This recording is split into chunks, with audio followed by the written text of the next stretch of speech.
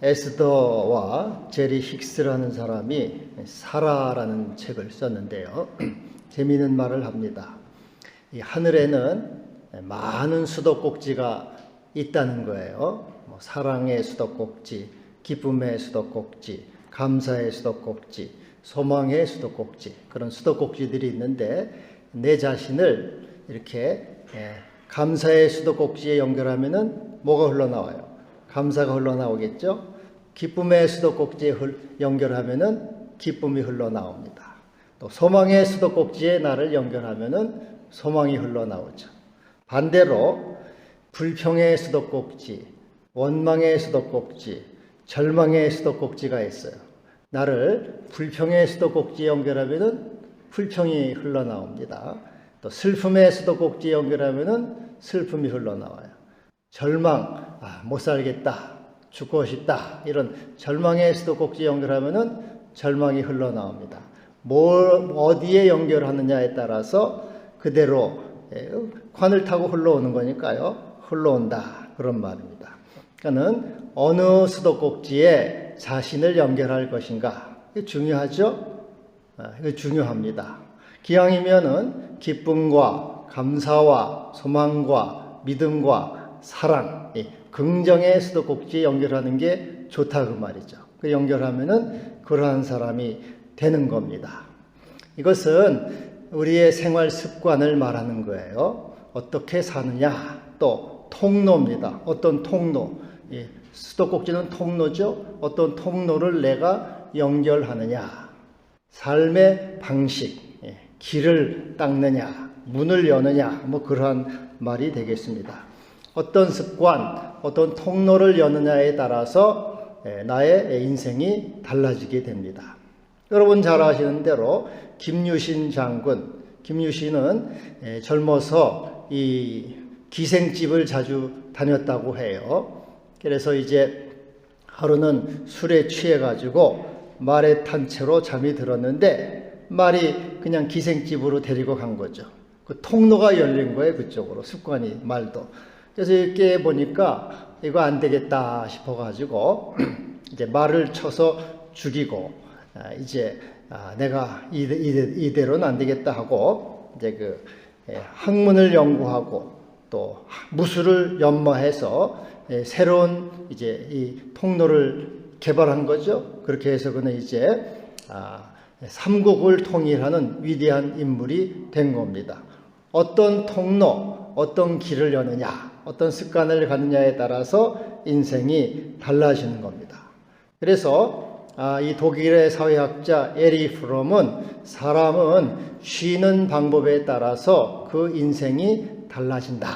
내 여가 시간, 내 삶의 시간을 어떻게 쓰느냐에 따라서 다른 인생이 된다. 그런 말을 했습니다. 여러분 이제 예수를 다 믿습니다.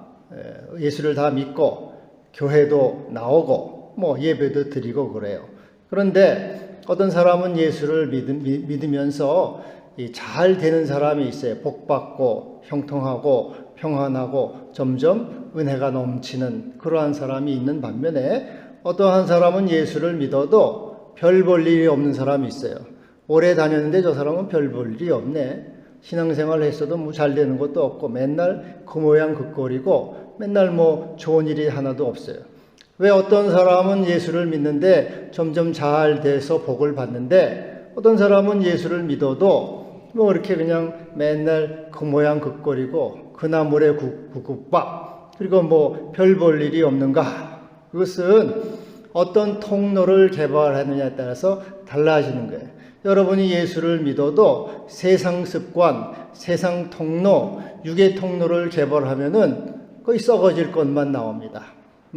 여가 시간, 아까 에리 프롬이 말한 대로 업무 외에 여가 시간에 쓸데없이 텔레비나 보고 또 오락이나 하고 잡담이나 하고 돌아다니기나 하는 사람은 그 세상 통로를 여는 거예요. 거기로부터는 나올 것이 뻔하죠. 허무와 절망, 썩어질 것밖에는 없습니다. 그래서 예수를 다녀도 여러분이 늘 남은 시간에는 세상 통로, 육의 통로를 따라서 사는 사람은 거기에서 그러한 썩어질 것밖에는 나오지 않아서 아무리 교회를 다녀도 별 볼 일이 없는 거예요. 좋은 일이 하나도 없는 겁니다. 마치 죽음이 있는 곳에 독수리가 오듯이 그 마귀만 들끓어요. 예수 믿는데도 왜 이런가? 예수 믿어도 육의 통로, 육의 생활, 육으로만 하니까 마귀만 득실거리고 마귀만 춤을 추고 마귀만 찾아오는 거예요. 아무런 득이 되는 게 없습니다. 그래서 로마서 8장에 바울이 너희가 육신대로 살면 반드시 죽으리라. 예수 믿어도요, 육신대로 살면은 별 볼 일이 없습니다. 죽음이 찾아와요. 나중에는 그냥 허무하구나 그런 것밖에 없어요. 그러나 여러분이 영의 습관을 따라서 영의 통로를 열고 마치 여러분의 하늘의 수도꼭지에 감사의 이런 수도꼭지 연결하듯이 예수님과 연결해서 여러분이 여가 시간, 삶의 시간에 늘 주님과 교제해서 주님과 연결하고 예배드리고 기도하고 또 말씀 보고 하는 사람은 영의 통로가 열리는 거예요. 하늘의 통로가 열려서 하늘에서부터 신령한 은혜가 내려오고 소망이 내려오고 생명이 내려오고 예수님의 은혜가 내려와서 그 사람은 앞길이 점점 열려서 형통하고 대로와 같은 인생이 되는 겁니다. 그러니까는 여러분이 교회만 다닌다고 난 교회에 왔으니까 오늘 땡이다 그게 아니고 여러분이 밖에 나가서 어떻게 어떤 통로를 여느냐, 어떤 습관을 갖느냐, 어떻게 살아가느냐, 그것이 대단히 중요한 거예요. 맨날 육으로만 쫓아다니고 육으로만 먹고 육으로만 행동하고 하면은 육만이 성해가지고 마귀만 득실거린다. 그러나 여러분이 영의 통로를 개발하고 영적 존재가 되면 천사가 와서 수종 들어서 여러분의 삶이 놀랍게 변화가 되고 하나님의 은혜가 넘치는 겁니다. 여러분 날마다 주님과 함께 동행하셔 하늘의 통로를 자꾸 열어가지고 여러분의 인생이 풍성해지기를 바랍니다. 예수 믿어도 왜 맨날 그 모양 그 꼴이에요? 그게 안 된다 그 말이에요. 그게 소용이 없어요. 아무리 나와서 그게 육으로만 하면 안 돼요 그 말이에요. 그래서 여러분 오늘 바울이 자기 육체를 위하여 심는 자는 육체로부터 썩어질 것을 거둔다 그랬어요. 그래서 내가 어떻게 어떤 통로를 개방하느냐에 따라서 생명으로 가기도 하고 빛으로 가기도 해요. 절망으로 가기도 하고 소망으로 가기도 하고 은총으로 가기도 하고 저주로 가기도 하는 거예요. 그래서 여러분 날마다 자꾸 하여튼 시간이 나는 대로 기도하고 영을 개발하고 주님과 교제해서 하늘 문을 열고 하늘 통로를 열어서 주여 하늘 문을 열어 주옵소서, 은혜를 내려 주옵소서, 내가 주께 나가오니 하늘문을 열어 통로를 열어주시고 하늘에 내가 주님의 수도관에 나를 연결하니 은혜를 주시고 복을 주시고 생명을 주시고 풍성함을 주시옵소서. 여러분 땅에서는 좋은 것, 땅에서는 다 썩어질 것이에요. 이 세상은. 이 세상에 있는 모든 그림자요 홀로그램이요 이것은 영상에 불과합니다. 모든 좋은 것은 하늘로부터 모든 좋은 것은 빛들의 아버지께로부터 내려오는 거니까 땅에서 있는 것은 다 허무와 절망 썩어질 것들이에요 결국은. 그래서 여러분들이 늘 이렇게 하늘 문을 열고 하늘을 바라보고 주님을 바라보고 하늘의 통로, 주님의 통로를 연구하고 개발하고 열어야 된다 그 말이에요. 쓸데없이 그렇게 자꾸 해봐야 결국은 인생이 참 허무와 절망이구나 그런다 그 말이죠. 프랑스의 이 작가 알베르 까미가 쓴 이방인이라고 하는 소설이 있어요. 이방인 이것은 이제 노벨 문학상을 받은 아주 굉장히 훌륭한 책이죠. 거기에 보면은 살라마노라고 하는 영감이 나와요. 이 살라마노라고 하는 영감은 가족도 없이 혼자 사는데 그에게 유일한 친구는 개 한 마리, 늙은 개 한 마리. 영감을 닮아서 개도 이제 늙었어요. 한 8년 이상 같이 살았더니 이 개가 이제 피부병, 홍보짐이라고 하는 피부병에 걸려가지고 털이 다 빠지고 몸이 부스럼투성이에요. 걔도 영감은 그게 유일한 친구입니다. 그거하고 늘 같이 살아가요. 낡은 아파트에서 외롭게. 그런데 어느 날 이 개가 없어졌어요. 유일하게 자기가 의지하고 이렇게 갖고 있는 그 개 한 마리가 사라진 거예요. 너무 절망스럽죠. 동네 사람들한테 찾아서 여보시오 내 개를 좀 못 봤습니까? 혹시 내 개를 순경이 붙들어 가지는 않았을까요? 내 개가 안 돌아오면은 나는 어떻게 될까요? 하면서 그러는지만은 사람들은 그 늙어 빠지고 피부병 투성이고 털 빠진 개를 뭐가 관심을 갖겁니까? 아무도 관심을 기울여 주지 않아요. 그러니까 이 노인은 이제 아파트에 와서 혼자 울부짖습니다. 내 개야, 내 개야. 옛날엔 다 개가 메리하고 쫑이었죠. 쫑아, 쫑아, 쫑아.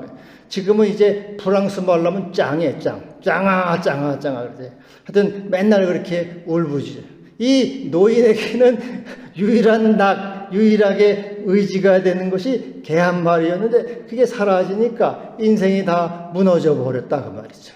여러분, 우리는 모두는 뭔가를 소유하고 살아가요. 돈을 소유하거나 자식을 소유하고 또 뭐 권력을 소유하고 뭐 하나 남편을 소유하고 다 소유하죠. 그래, 그것을 의지하고 살아갑니다. 그것을 의지하고 소유하고 살아가지만 그것이 언젠가는 나를 떠난다 그 말이에요. 영원한 것이 세상에 어디 있습니까? 다 남편도 떠나고 건강도 떠나고 아내도 떠나고 자식도 떠나고 돈도 떠나고 권력도 떠나고 다 떠나요. 다 떠나고 마침내 내 몸뚱어리도 나를 떠나요. 내 몸뚱어리에서 나에게 있지 않고 이것이 다 사라져버려요. 지금 자꾸 신호가 와요. 신호가 자꾸 와요. 눈이 흐려지고 기력이 약해지고 자꾸 머리가 빠지고 신호가 와. 야, 이제 너 준비해. 네 몸이 너를 떠날 준비를 하고 있어. 이렇게 지금 신호가 자꾸 오는 거예요. 그런데 이렇게 세상의 소유를 가지고 세상을 의지하던 사람은 마침내 허무와 절망에 빠져 다 사라져 버리는 거다. 이 세상은 영원하지 않고 이 세상은 참으로 일시적이구나. 그래서 절망과 고통에 몸부림치는 날이 온다 그 말이죠. 그래서 시편 39편 5절에 사람은 그가 든든히 설 때에도 진실로 허사뿐이니이다. 다 헛된 것이에요. 다 이 땅을 개발하고 땅의 통로를 열고 땅에서 뭔가를 가져보려고 하는 것은 결국 다 허무와 절망으로 빠져서 몸부림치는 날이 곧 온다 그 말이에요. 내 몸뚱어리조차 나를 배반해서 나를 떠나버리는데 뭐가 남아있어요 여러분. 다 떠나버린다 그 말이에요. 그러나 하늘을 개발하고 영을 개발해서 하늘 통로 주님의 사랑을 의지하고 주님께 소망을 두고 말씀을 붙잡고 성령을 행하여서 사는 사람은 결코 혼자가 아니에요. 떠나지를 않습니다. 우리 주님이 약속하셨죠. 내가 세상 끝날까지 항상 너희와 함께 있으리라. 우리 주님은 임마누엘 약속해 주셨어요. 다 떠나요. 자식도 떠나고 남편도 떠나고 나의 건강도 떠나고 내 몸조차 떠나지만은 내가 그러나 너희와 영원히 함께하리라. 내가 결코 너희를 버리지 아니하고 떠나지 아니하리라. 우리 주님께서 영원히 함께하셔서 우리는 주님 하늘을 개발하고 주님을 개발하고 하늘 통로를 여는 사람은 절대 외롭지가 않아요. 주님의 위로가 있고 주님의 권면이 있고 주님의 능력이 있고 주님의 사랑이 있기 때문에 그리고 그뿐입니까? 하늘에 천군 천사를 보내주셔서 나를 호위하고 보호하고 지켜줌으로 절대로 외로운 존재가 아니라 그래서 성령으로 심어서 영생을 거두는 거예요. 여러분 그러므로 제발 자꾸 땅의 통로 유교를 개발하고 유기성해 가지고 살아감으로 절망에 빠지지 말고 시간 나는 대로 기도하고 시간 나는 대로 전도하고 시간 나는 대로 성경 보고 역경건한 생활을 해서 자꾸 하늘을 개발하고 영을 개발해서 하나님의 풍성한 생명과 은총을 누리는 여러분 성도가 되기를 제발 부탁드립니다. 할렐루야. 그래서 오늘 바울은 자신은 성령에 매었다. 성령에 매었다는 것은 묶인 거예요. 꽉꽉. 마치 나귀 새끼가 줄에 매어가지고 주인을 따라가듯이 또 죄수가 사슬에 매어서 간수를 따라가듯이 나는 성령에 매었다. 나는 성령에 매어서 주님을 따라간다. 그런 말이에요. 근데 이 따라가는 것은 억지로 따라가고 할 수 없이 따라가고 강제로 따라가는 것이 아니에요. 나는 성령에 매였지만 이것은 사랑에 매인 것이다. 심령의 매임을 받았다. 사랑의 줄에 매였고 심령의 줄에 매여서 나는 자발적으로 감사함으로 기쁨으로 거기에 환난이 있고 고통이 있고 죽음이 오더라도 나는 그것을 따라간다. 하나님의 사랑이 나를 붙잡았고 하나님의 성령이 나를 붙잡았기 때문에 내가 사랑에 매이고 성령에 매이고 심령에 매여서 내가 예루살렘으로 나에게 죽음이 기다리고 있지만 나는 떠나간다. 그런 말. 이 펠리컨이라고 하는 새가 있어요. 펠리컨이라는 새는 특별한 새. 이제 새끼들을 위해서 이렇게 먹이를 찾으러 멀리 해변에서 멀리 떠납니다. 이제 어떨 때는 허탕을 치고 돌아와요. 아무것도 못 잡고 돌아옵니다. 그러면은 새끼들은 어미가 왔으니까 뭘 먹으려고 어미한테 달려온다 그 말이죠. 근데 어미는 줄 게 없어요. 그럼 어미는 할 수 없이 자기 몸을 이렇게 해변에 눕힙니다. 자기 가슴을 열고 눕혀요, 새가. 그러면 이 펠리컨이라는 새끼들이 어미의 가슴을 쪼아먹어요. 그때부터 자기 가슴을 내 어미 심장을 쪼아먹고 내장을 쪼아먹고 어미살을 다 파먹습니다. 어미는 그대로 죽어가요. 이 펠리컨이라고 하는 새도 사랑에 매여서 심령에 매이고 사랑의 줄에 매여서 자기를 희생하고 새끼들한테 자기 몸을 주죠. 여러분 부모들이 사랑에 매이잖아요. 심령에 매여. 그래서 죽는 거를 알면서도 다 주잖아요. 우리 하나님도 우리에게 사랑에 매였어요. 사랑줄에 매여서 하나님이 그 아들을 주셨잖아요. 하나님이 인간이 되어서 이 세상에 와서 십자가에 죽으심으로 하나님의 사랑을 우리에게 보여주신 거죠. 하나님이 세상을 이처럼 사랑하사 독생자를 주셨다. 여러분, 그래서 내가 심령에 매였다, 성령에 매였다는 것은 하나님의 사랑에 매이다. 나는 성령에 매여서 나는 예루살렘으로 간다. 이 예루살렘은 이 유대인들의 소굴에 사자굴입니다. 유대인들이 득실득실 거기 유대인이 살죠. 유대인들은 바울을 지금 벼르고 있어요. 이놈 붙잡히기만 하면 죽인다. 결사대를 조직해서 바울을 죽이려고 지금 작정하고 있어요. 우리 예수님도 예루살렘에서 십자가에 죽으셨잖아요. 예루살렘은 이 악의 소굴, 사제의 소굴이에요. 그래서 그렇지만 나는 하나님의 은혜의 복음, 생명의 복음, 이 은혜의 복음을 전하는 일에 있어서는 내가 내 생명을 조금도 귀한 것으로 여기지 아니한다. 나는 성령에 매이고 심령에 매이고 하나님의 사랑에 매여서 나는 그 사제의 속을 그 죽음의 자리에까지 나는 간다. 나는 환난과 결박이 기다리지만 나는 가겠다. 지금 바울은 그렇게 성령에 매이고 심령에 매여서 그 예루살렘 사자의 소굴로 지금 들어간다 그 말이죠. 여러분, 오늘은 성령 강림 주일입니다. 우리 목사들은 성령 충만을 받으라고 교인들에게 아글아글 쓰고 얘기를 해요. 그럼 교인들은 아멘 하고 또 마치 새끼처럼 받아 먹으려고 해요. 새끼. 근데 여러분, 그래서 성령을 달라고 여러분 기도하는데 성령을 왜 받으려고 합니까? 여러분은 도대체 왜 성령 충만을 달라 그래요? 주여 성령 주세요. 그래 성령 주시면 내가 방언도 하고 예언도 하고 병도 고치고 은사를 받아서 주의 일을 하겠습니다.